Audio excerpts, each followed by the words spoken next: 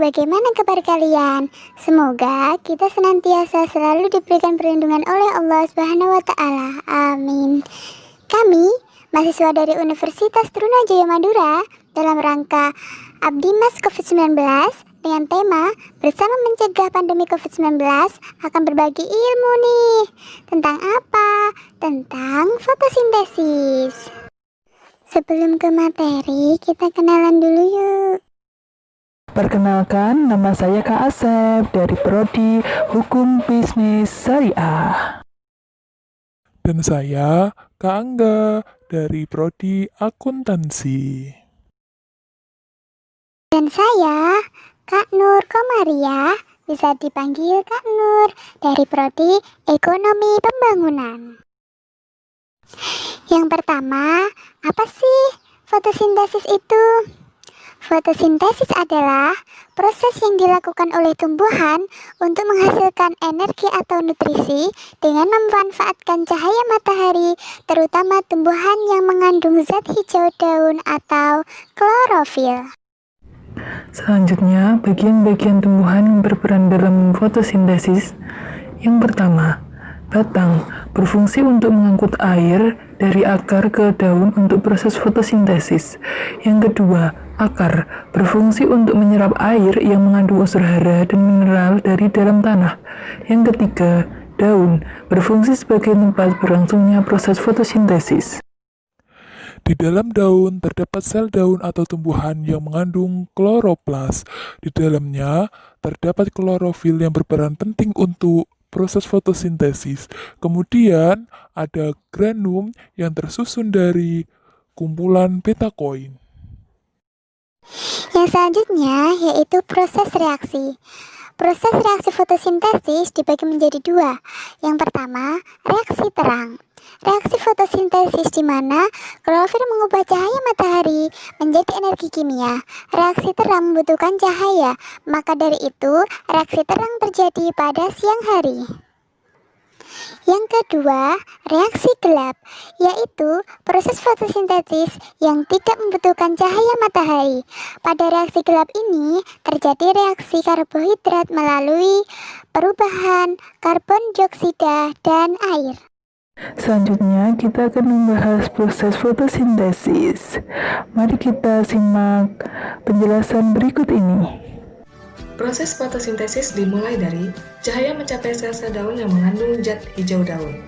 Daun menyerap energi cahaya dan mengubahnya menjadi energi kimia. Udara yang mengandung karbon dioksida masuk ke dalam akar daun. Selanjutnya, karbon dioksida tersebut menyebar di antara sel-sel daun. Akar menyerap air yang dibutuhkan tanaman untuk proses fotosintesis. Air tersebut mengalir dari akar menuju batang, kemudian ke daun. Molekul air dipecah oleh energi cahaya menjadi oksigen dan hidrogen. Molekul hidrogen bergabung dengan molekul karbon dioksida membentuk glukosa, dan hasil fotosintesis yang berupa glukosa akan menjadi makanan tumbuhan dan oksigen yang akan dilepas ke udara. Adapun proses fotosintesis dapat diuraikan menjadi H2O atau air ditambah CO2 atau karbon dioksida masuk ke dalam kloroplas dengan bantuan cahaya menghasilkan glukosa dan O2 atau oksigen. Adapun reaksi kimia fotosintesis yaitu 6H2O ditambah 6CO2 menjadi C6H12O6 ditambah 6O2. Faktor lingkungan yang mempengaruhi proses fotosintesis. Yang pertama, intensitas cahaya. Laju fotosintesis tinggi ketika cahaya sangat banyak. Yang kedua, konsentrasi karbon dioksida. Semakin banyak karbon dioksida di udara, makin banyak bahan yang dapat dimakan tumbuhan untuk proses fotosintesis. Yang ketiga, suhu. Suhu yang optimal diperlukan untuk mengaktifkan enzim-enzim yang bekerja di dalam proses fotosintesis. Yang keempat, kadar air. Kekurangan air akan menyebabkan stomata menutup sehingga akan menghambat penyerapan karbon dioksida dan akhirnya akan menurunkan laju fotosintesis. Yang kelima, kadar fotosintat. Jika kadar fotosintesis berkurang, laju fotosintesis akan naik. Yang keenam, tahap pertumbuhan. Tumbuhan yang baru tumbuh membutuhkan banyak energi daripada tumbuhan dewasa. Nah, bagaimana adik-adik? Sudah mengerti kan apa itu fotosintesis dan prosesnya? Sampai di sini ya materi yang kami sampaikan. Selanjutnya, mari kita mengasah pengetahuan kita tentang fotosintesis melalui pertanyaan-pertanyaan berikut ini. Untuk menjawab pertanyaan, kami berikan waktu 5 detik ya. Setelah itu, kita kunci jawabannya. Yang pertama, manakah yang tidak mempengaruhi proses fotosintesis? A. O2, B. CO2, C. Sinar matahari, dan D. Klorofil.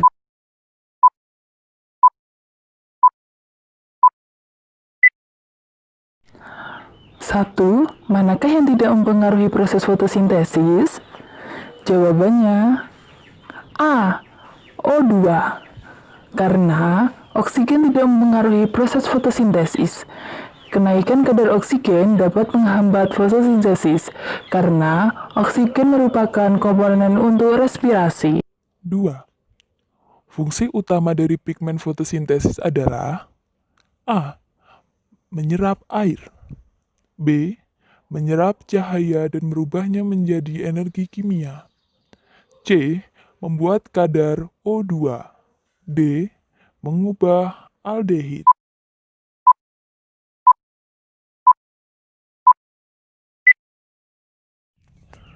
2.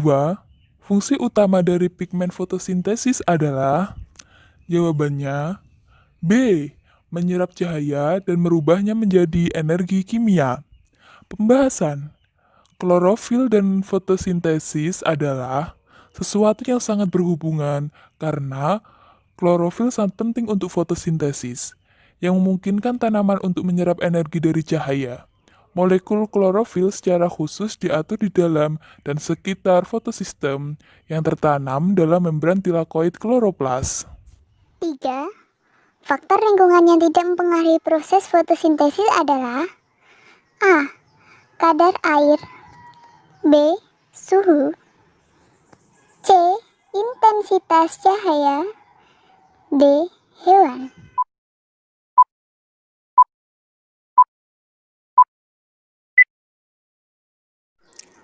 3. Faktor lingkungan yang tidak mempengaruhi fotosintesis adalah, jawabannya D. Hewan. Pembahasan. Faktor lingkungan yang mempengaruhi proses fotosintesis adalah intensitas cahaya, konsentrasi karbon dioksida, suhu, kadar air, kadar fotosintat, dan tahap pertumbuhan. Jadi, hewan tidak termasuk faktor lingkungan yang mempengaruhi fotosintesis. 4. Apa nama lain dari zat hijau daun? A. Stomata, B. Klorofil, C. Xanthofil, D. Grana.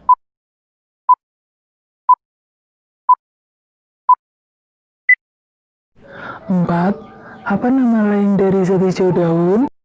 Jawabannya adalah B. Klorofil. Pembahasan. Klorofil merupakan sebutan untuk zat hijau daun pada tumbuhan. 5. Apa yang dihasilkan dalam proses fotosintesis tumbuhan? A. 6H2O dan 6CO2, B. 6H2O dan 6O2, C. C6H12O6 dan 6O2, D. 6CO2 dan C6H12O6.